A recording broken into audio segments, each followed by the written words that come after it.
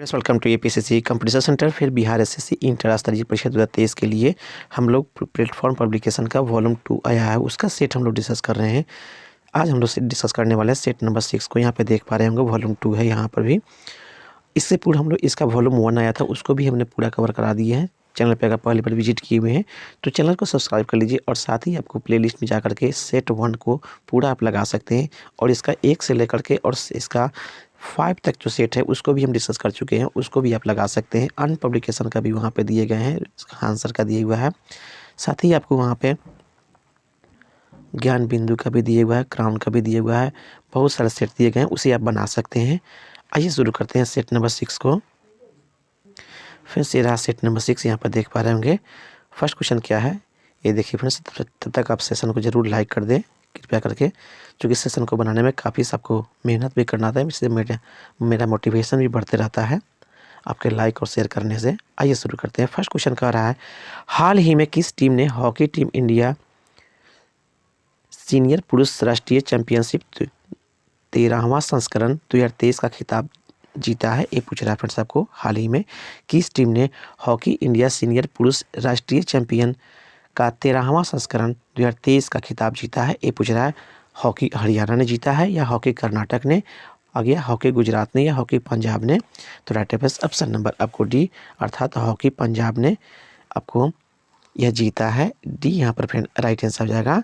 Next दिया है, दिसंबर 2023 में भारत सरकार के एशियाई विकास बैंक एडीबी ने किस राज्य में सड़कों के आपको कनेक्टिविटी और लचीलेपन को सुधार के लिए 175 मिलियन अमेरिकी डॉलर को ऋण पर हस्ताक्षर किए हैं? किस राज्य के साथ ये बताना है। तो राइट ऑप्शन नंबर आपको बी, मध्य प्रदेश राज्य के साथ इसने हस्ताक्षर किया है। बी यहाँ पर फ्रेंड राइट आंसर हो जाएगा। नेक्स्ट आके दिया हुआ है, दिसंबर 2023 में कैम्ब्रिज डिक्शनरी ने किस शब्द को वर्ल्ड ऑफ द ईयर के नाम से चुना है? ये बताना है। वर्ड ऑफ द ईयर 2023 किस वर्ड को चुना गया है कैम्ब्रिज डिक्शनरी के द्वारा 2023 का? तो राइट ऑप्शन नंबर आपको दिए गए ऑप्शन में ऑप्शन नंबर डी, अर्थात दिए गए ऑप्शन ने हेलुसिनेट को शब्द को चुना है। डी यहाँ पर फ्रेंड राइट आंसर हो जाएगा। नेक्स्ट आगे है, विश्व एथलेटिक्स चैंपियन 2023-2024 का आयोजन निम्नलिखित में से किस देश में किया जाएगा? ये पूछा जा रहा है। भारत दिया हुआ है, अमेरिका दिया हुआ है, चीन दिया हुआ है, और यूके दिया हुआ है। तो right option number D, UK में आपको आयोजित किया जाएगा। डी यहाँ पर फ्रेंड राइट आंसर होगा। विश्व एथलेटिक्स चैंपियंस 2024 यूके में होगा, यूनाइटेड किंगडम में। नेक्स्ट आपको दिया हुआ है, संयुक्त राष्ट्र जैव विविधता ने कवक के महत्व को उजागर करने के लिए कौन सा अभियान शुरू किया गया है? यहाँ पे हुआ फंगस अभियान शुरू किया गया, फंजी अभियान शुरू किया गया, या फंगा अभियान, या आपको फंगल अभियान दिया गया है? कौन सा आपका सही होगा ये बताना है। तो राइट ऑप्शन नंबर सी, अर्थात फंगा अभियान शुरू किया जाएगा। सी यहाँ पर फ्रेंड राइट आंसर हो जाएगा। नेक्स्ट है, निम्नलिखित में से कौन सा जल संधि अंडमान और निकोबार द्वीप समूह को अलग करती है? ये पूछा जा रहा है। 8 डिग्री जल संधि, या हिंडनबर्ग जल संधि, या 9 डिग्री जल संधि, या 10 डिग्री जल संधि? तो राइट होगा ऑप्शन नंबर आपको डी, अर्थात 10 डिग्री जल संधि आपको अंडमान और निकोबार द्वीप समूह को अलग करती है। डी यहाँ पर फ्रेंड राइट आंसर हो जाएगा। आगे बढ़ते हैं फ्रेंड्स। नेक्स्ट आपको दिया हुआ है, निम्नलिखित में से किस भारतीय राज्य की कोई तटरेखा नहीं है? कोई तटरेखा नहीं है किस भारतीय राज्य का? गुजरात का, पश्चिम बंगाल का, बिहार का, या आंध्र प्रदेश का?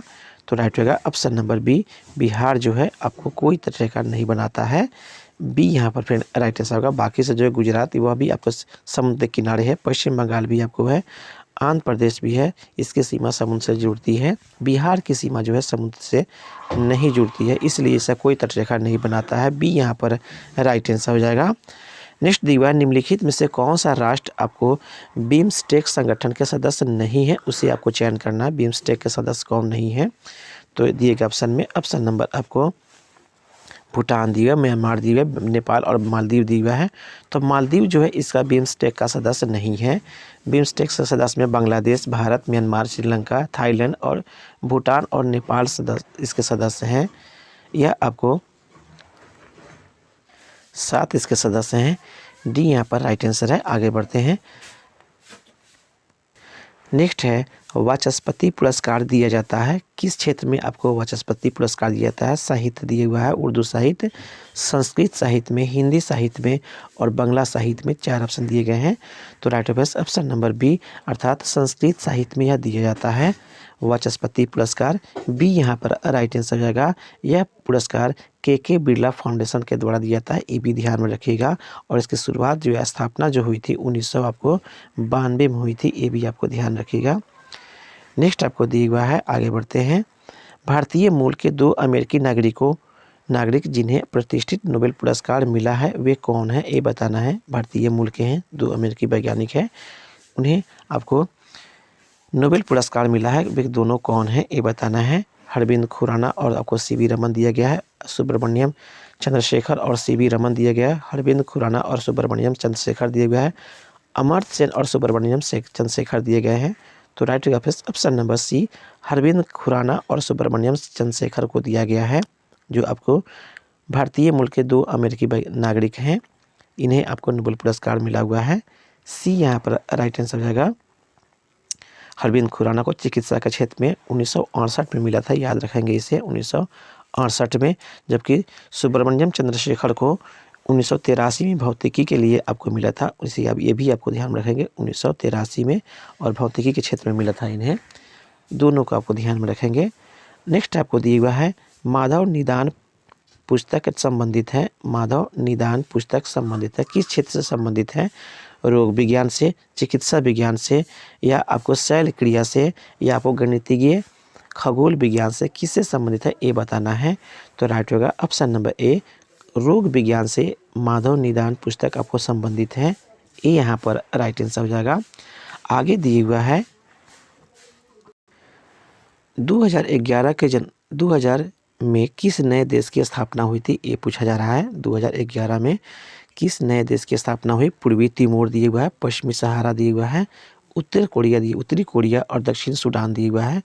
तो राइट होगा ऑप्शन नंबर डी दक्षिण सूडान का जो स्थापना 2011 में हुआ था। वास्तव में दक्षिण सूडान जो है अफ्रीकी एक देश है, जिसकी स्वतंत्रता 2011 जुलाई 2011 में हुआ। यह विश्व का 196वां देश है आपको फ्रेंड्स, ये भी आपको ध्यान रखिएगा। साथ ही आपको दक्षिण सूडान जो है जनमत संग्रह के द्वारा आपको सूडान से अलग हुआ है, ये भी आपको ध्यान में रखिएगा। सूडान पहले सूडान में था, वहीं से आपको जनमत संग्रह के द्वारा दक्षिण सूडान से अलग हुआ और अस्तित्व में आया 2011 में। इसका जो राजधानी है वह जूबा है, ध्यान में रखिएगा, जूबा इसकी राजधानी है और मुद्रा जो है पाउंड है। आगे बढ़ते हैं। तीसरा विश्व हिंदू सम्मेलन का आयोजन नवंबर 2023 में कहाँ आयोजित किया गया था, ये पूछा जा रहा है। तीसरा विश्व हिंदू सम्मेलन का आयोजन जो है नवंबर 2023 में कहाँ किया गया? नई दिल्ली में किया गया, सिंगापुर में किया गया, बैंकॉक में किया गया, या लंदन में किया गया? तो राइट रहेगा फिर ऑप्शन नंबर सी बैंकॉक में आपको किया गया, बैंकॉक में। सी यहाँ पर फ्रेंड राइट आंसर हो जाएगा। नेक्स्ट आगे बढ़ते हैं। वर्तमान में भारत के लोकपाल कौन है, ये पूछा जा रहा है। वर्तमान में भारत के लोकपाल कौन है? आपको गिरीश चंद्र मुर्मू है, या प्रदीप कुमार मोहंती है, या आर वेंकट रमणी है, या आपको डी.वाई. चंद्रचूड़ हैं।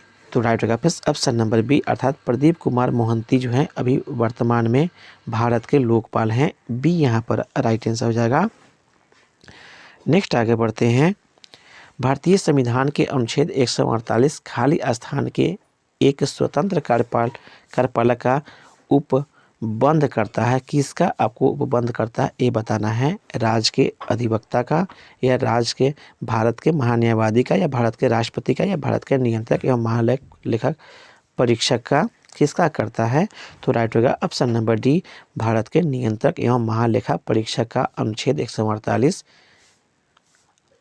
एक स्वतंत्र कार्यालय के उपबंध करता है। डी यहाँ पर राइट आंसर हो जाएगा।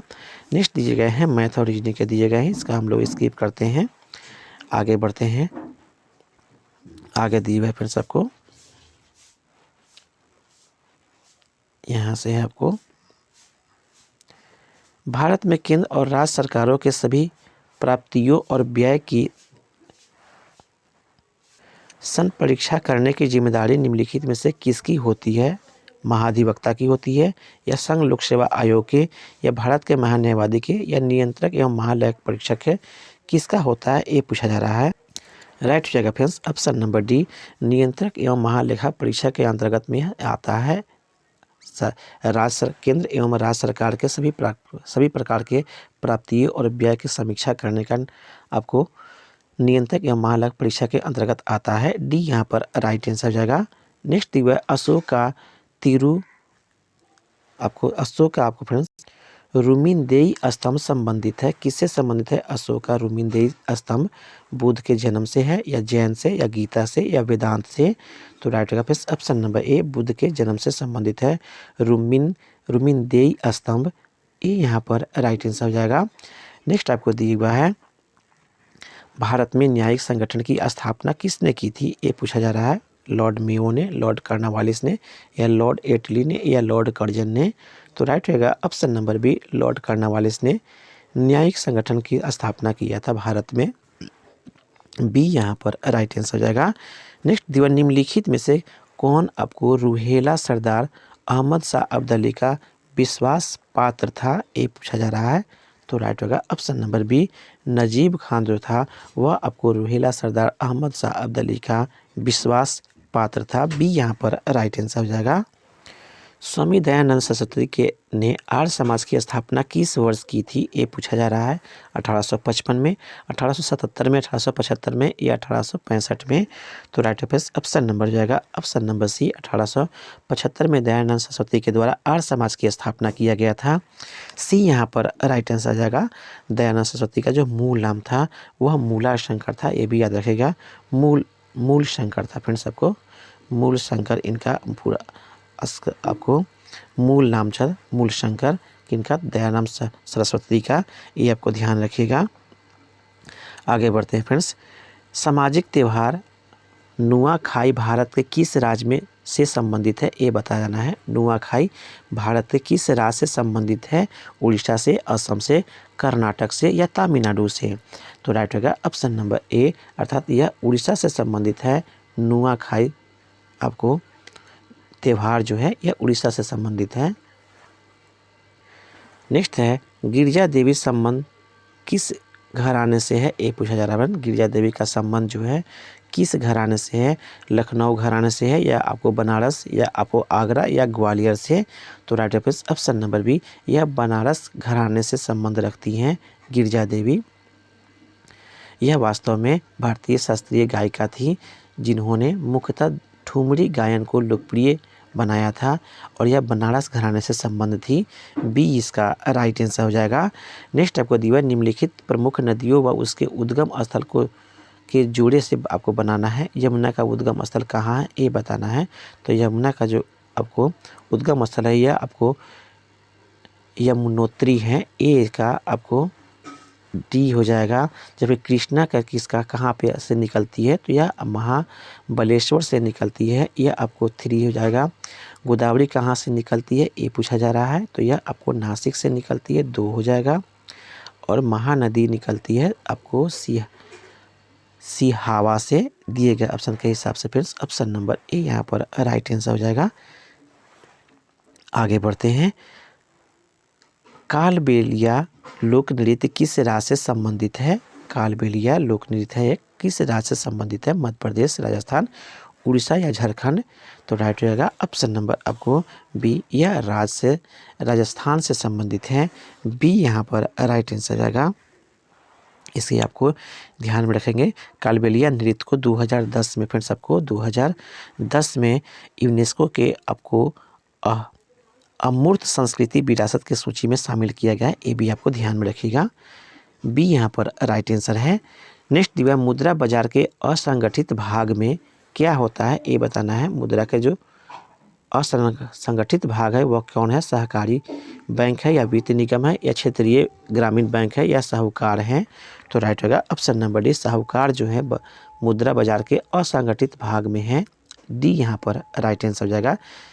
नेक्स्ट दिया निम्नलिखित में से कौन सा न्यूनतम तरल है, न्यूनतम तरल कौन सा है, ट्रेजरी बिल है, या आपको अचल संपत्ति है, या विनियमन पत्र है, या बाहर चेक है। कौन सा है आपको न्यूनतम तरल? तो राइट होगा ऑप्शन नंबर आपको बी, अचल संपत्ति जो है आपको न्यूनतम तरल के रूप में आता है। बी यहाँ पर राइट आंसर हो जाएगा। नेक्स्ट दीवार निम्नलिखित में से किसे महात्मा गांधी ने ढहते हुए बैंक पर आधारित उत्तर दिनांकित चेक कहा था? किससे आपको कहा था महात्मा गांधी ने? भारत सरकार अधिनियम 1935 को कहा था, या द्वितीय गोलमेज सम्मेलन को, या क्रिप्स मिशन को, या भारतीय स्वतंत्रता अधिनियम 1947 में आता उसे कहा था इन्होंने? तो राइट है ऑप्शन नंबर आपको सी, क्रिप्स मिशन को महात्मा गांधी ने ढहते हुए बैंक पर आधारित उत्तर दिनांकित चेक कहा था। सी यहाँ पर राइट आंसर हो जाएगा। नेक्स्ट दीवार नमक सत्याग्रह के समय गांधी जी के गिरफ्तार हो जाने के बाद आंदोलन के नेता के रूप में उनका स्थान किसने लिया था? ये पूछा जा रहा है। अब्बास तैयब जी, या अब्दुल कलाम आज़ाद, जवाहरलाल नेहरू, या वल्लभ भाई पटेल, किसने नेतृत्व किया था इनके गिरफ्तारी के बाद? ये पूछा जा रहा है महात्मा गांधी के गिरफ्तारी के बाद। तो राइट होगा option number A, Abbas Tyabji ने गांधी जी के गिरफ्तारी हो जाने के बाद में आंदोलन का नेता के रूप में स्थान लिए थे नमक सत्याग्रह के बाद में। ये यहाँ पर राइट आंसर हो जाएगा। नेक्स्ट आगे बढ़ते हैं। पूना समझौता महात्मा गांधी और खाली स्थान के बीच हुआ था। पूना समझौता किन के बीच हुआ था? ये पूछा जा रहा है। मोहम्मद अली जिन्ना, लॉर्ड इरविन, सुभाष चंद्र बोस, या बी आर अम्बेडकर के बीच? तो राइट होगा option number D, B R Ambedkar के बीच में पूना समझौता हुआ था। डी यहाँ पर राइट आंसर हो जाएगा। नेक्स्ट आपको दी हुआ है 1857 के निम्नलिखित क्रांतिकारियों में से किसका वास्तविक नाम रामचंद्र पांडुरंग था? ये पूछा जा रहा है। कुंवर सिंह का नाम था, या नाना साहब का था, या मंगल पांडे का, या तात्या टोपे का? किसका नाम आपको वास्तविक नाम रामचंद्र पांडुरंग था? तो राइट होगा option number D, Tatya Tope का जो नाम था वास्तविक नाम वह रामचंद्र पांडुरंग था। डी यहाँ पर राइट आंसर हो जाएगा। आगे बढ़ते हैं। यहाँ पे मैथ का क्वेश्चन दिया हुआ है, आगे बढ़ते हैं। नेक्स्ट है चावल किस प्रकार के जलवायु का पौधा है? ये पूछा जा रहा है। उष्ण जलवायु के हैं, या उष्ण आर्द्र जलवायु के हैं, या शीतोष्ण जलवायु के हैं, या उष्ण शुष्क का है? दिएगा ऑप्शन में ऑप्शन नंबर सी, उष्ण आर्द्र का यह चावल आपको जलवायु का पौधा है। सी यहाँ पर राइट आंसर हो जाएगा। नेक्स्ट दिया है 1946 ईस्वी के कैबिनेट मिशन का नेतृत्व किसने किया था? 1946 के कैबिनेट मिशन आए हुए थे, इसका नेतृत्व किसने किया था? ये पूछा जा रहा है। फर्स्ट में दिया हुआ है सर पैंथिक लॉरेंस दिया हुआ है, या आपको लॉर्ड लिनिथलिंगो दिया गया है, या सर जॉन साइमन द्वारा दिया गया, या लॉर्ड वेबल के द्वारा दिया गया? किसके द्वारा किया गया था इसका नेतृत्व? तो राइट होगा ऑप्शन नंबर ए, सर पैथिक लॉरेंस के द्वारा किया गया था कैबिनेट मिशन का नेतृत्व। ये यहाँ पर फिर राइट आंसर हो जाएगा। कैबिनेट मिशन जो है 24 मार्च 1946 को दिल्ली पहुंचा था, ये भी आपको ध्यान रखिएगा। आगे बढ़ते हैं। नेक्स्ट आपको दिया हुआ है, नेक्स्ट है मिनर्वा मिल्स व अन्य बनाम भारतीय सरकार विवाद में उच्चतम न्यायालय के निर्णय के पश्चात मूल अधिकार एवं निदेशक तत्वों के महत्व के संबंध में क्या स्थिति है? ये पूछा जा रहा है। क्या स्थिति है? तो फर्स्ट स्थिति दिया हुआ है निदेशक तत्वों के मूल अधिकारों से उच्चता की स्थिति प्राप्त होती है, फर्स्ट ये है। सेकेंड दिया हुआ है आपको वैधानिक दृष्टि से निदेशक तत्वों की तुलना में मूल अधिकारों की उच्चता की स्थिति प्राप्त है। जबकि थर्ड दिया हुआ है दोनों के संबंध में अभी भी स्थिति स्पष्ट नहीं है, या उपयुक्त में से कोई नहीं। तो राइट रहेगा फिर ऑप्शन नंबर बी, अर्थात वैधानिक दृष्टि से निदेशक तत्वों की तुलना में मूल अधिकारों को उच्चता की स्थिति प्राप्त है।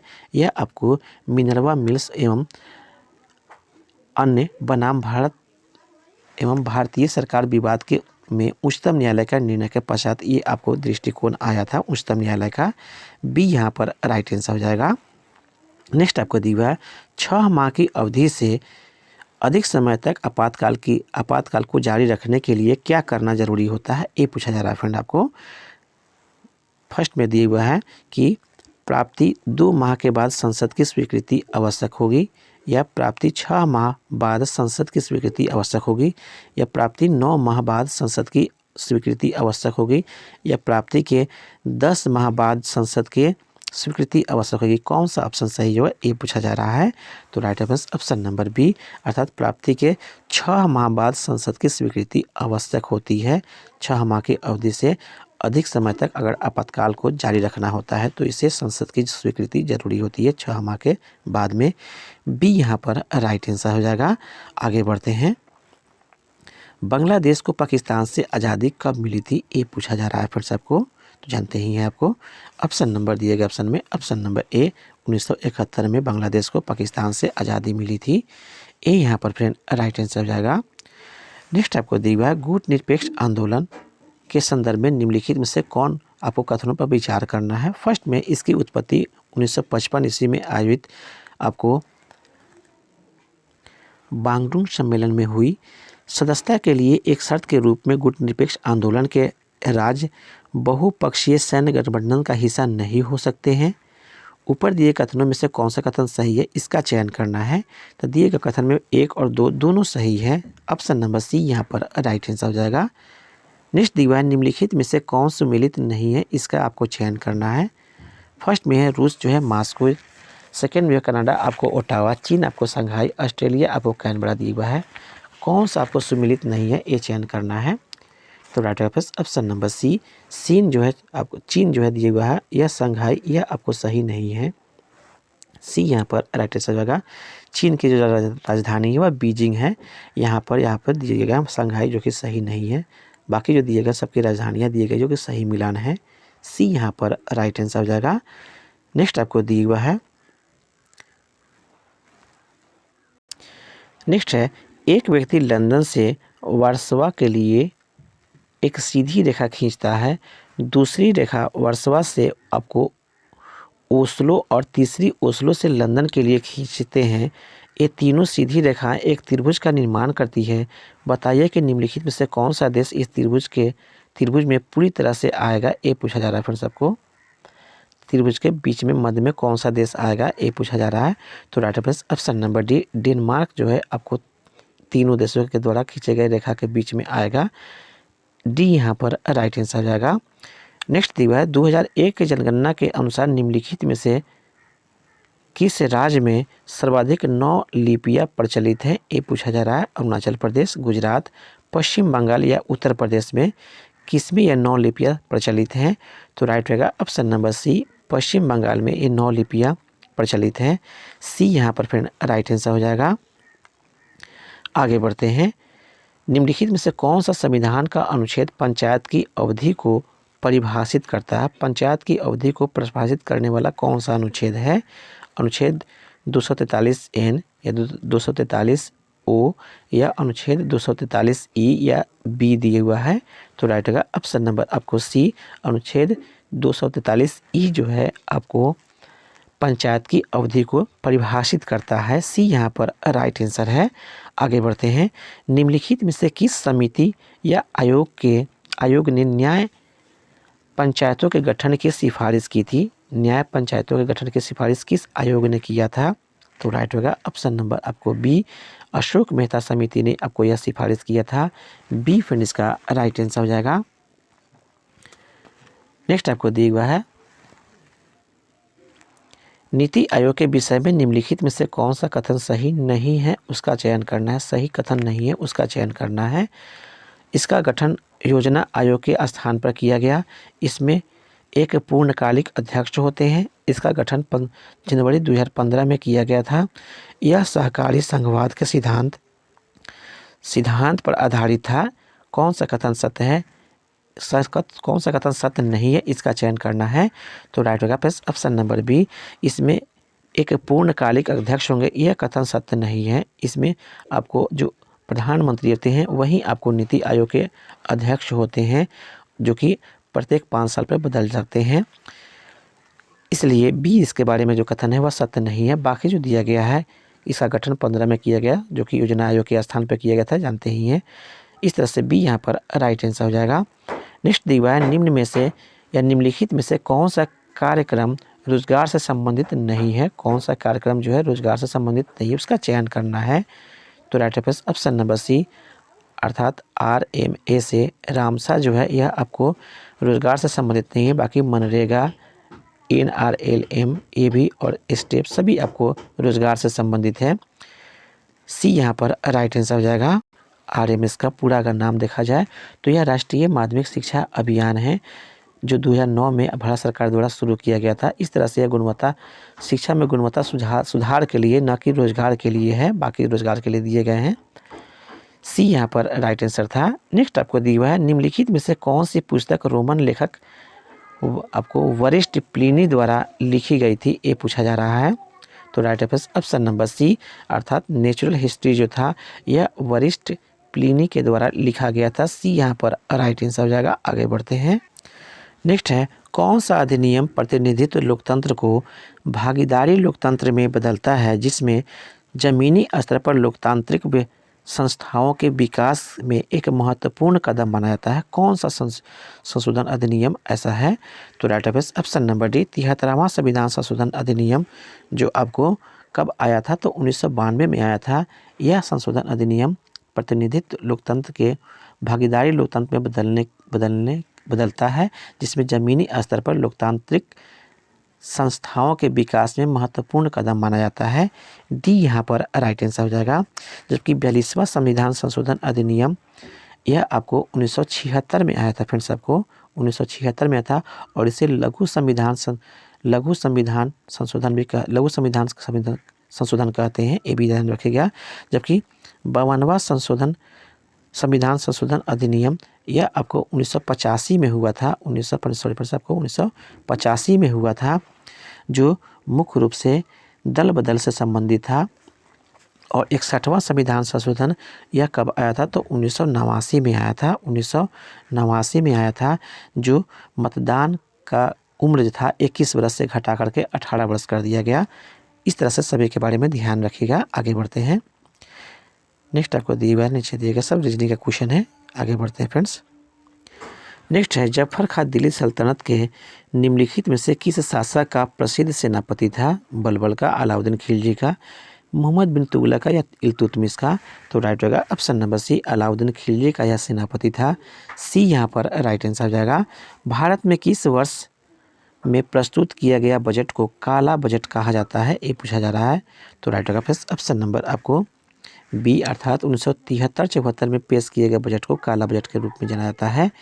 बी यहाँ पर राइट आंसर हो जाएगा।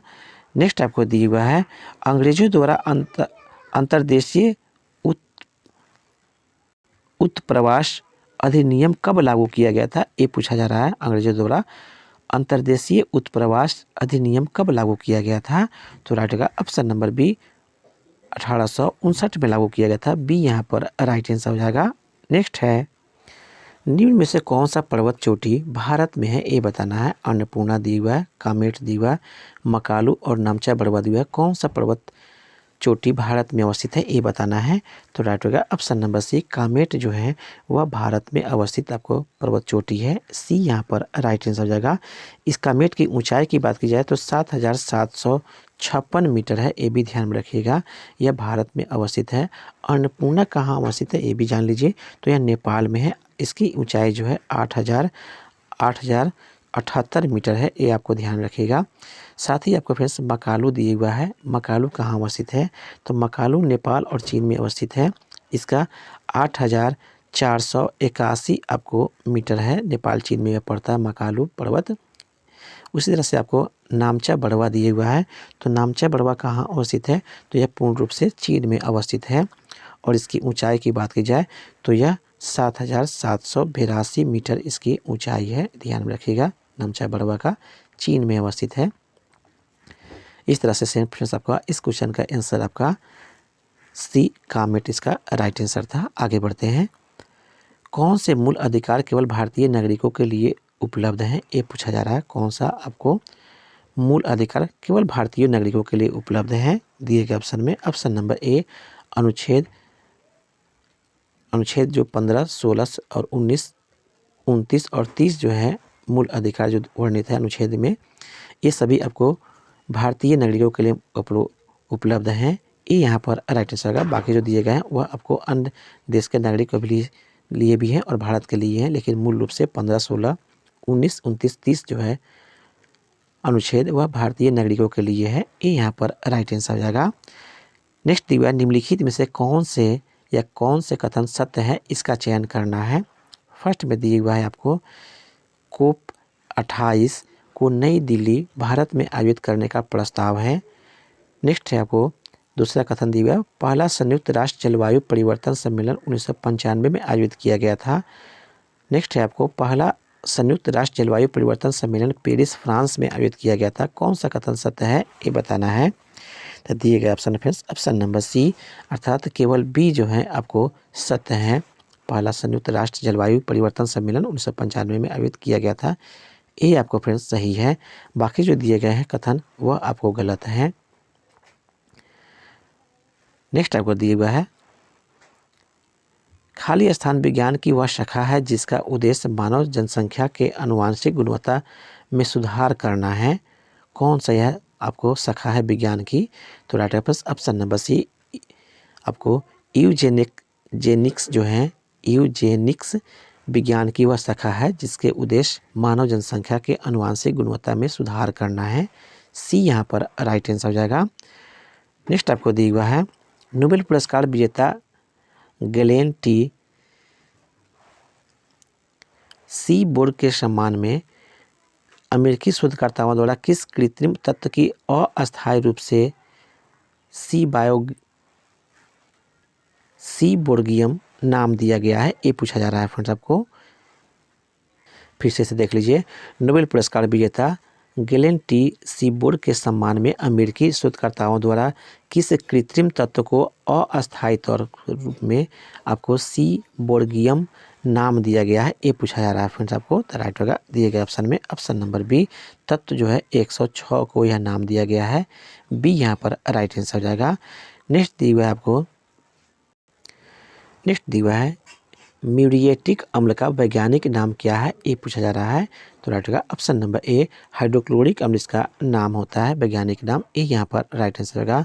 गुणसूत्र बने होते हैं, किसका बने होते हैं गुणसूत्र, ये बताना है।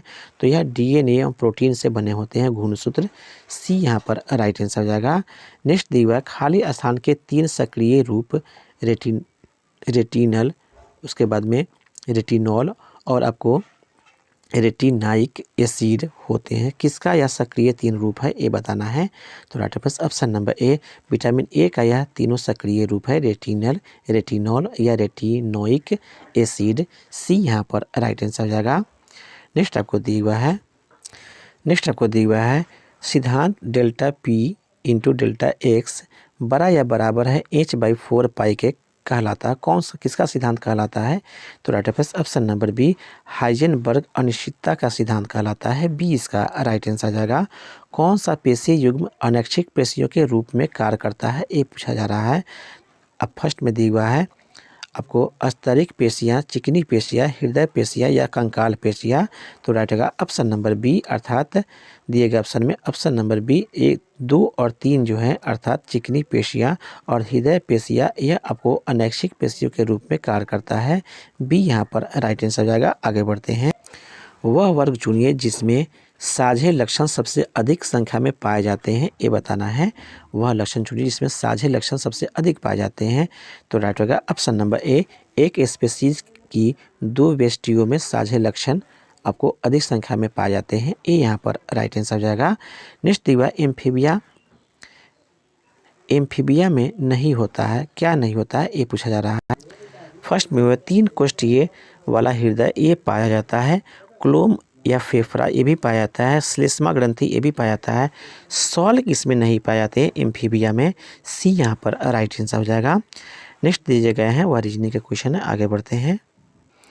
निम्नलिखित में से किसकी कमी से वर्णधता और कमजोर दृष्टि की समस्या उत्पन्न होती है, ये पूछा जा रहा है। कैल्शियम दिए हुआ है, विटामिन के, विटामिन ए और विटामिन सी दिए हुआ है। तो राइट होगा option number A vitamin A के कमी से वर्णधता या कमजोर दृष्टि की समस्या उत्पन्न होती है। बी यहाँ पर राइट आंसर हो जाएगा। विटामिन के यहाँ पे दिए हुए तो रक्त का थाका न जमना, ये आपको इसके कमी से रक्त का थाका नहीं जमता है, ये आपको ध्यान में रखेंगे। साथ ही आपको विटामिन सी दिया हुआ है तो इसके आपको स्कर्वी रोग होता है, जो आपको मुंह में दांत के जो रोग होते हैं वह आपको मुख्य रूप से स्कर्वी विटामिन सी की कमी से होती है, ये ध्यान रखिएगा। नेक्स्ट आगे दिया हुआ है, नेक्स्ट आपको दिया फ्रेंड्स आपको रीजनिंग और मैथ के क्वेश्चन से संबंधित है।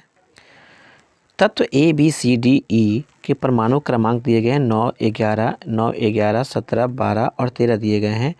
तत्व का कौन सा युग्म समान समूह से संबंधित है, ये पूछा जा रहा है फ्रेंड्स। तो इसको आप लोग सभी कोई इलेक्ट्रॉनिक विन्यास निकाल लेंगे। तो इलेक्ट्रॉनिक विन्यास अगर ए का निकाल लें जिसका 9 दिया हुआ है फ्रेंड्स आपको, तो इसका आपको 2 और 7 हो जाएगा।